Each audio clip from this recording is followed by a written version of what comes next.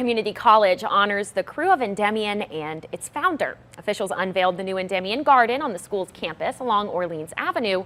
The garden features a brand new statue of Ed Muniz, the longest reigning captain in New Orleans history and founder. And a radio executive. That's how he started. Actually, the Endymion Parade grew out of his radio job and his interest in Mardi Gras and seeing a parade on the Saturday night before Fat Tuesday in downtown New Orleans. Started out as a neighborhood parade with rented floats, about 180 members, and now, more than 3,000 members, arguably one of the best crews in the history of Carnival.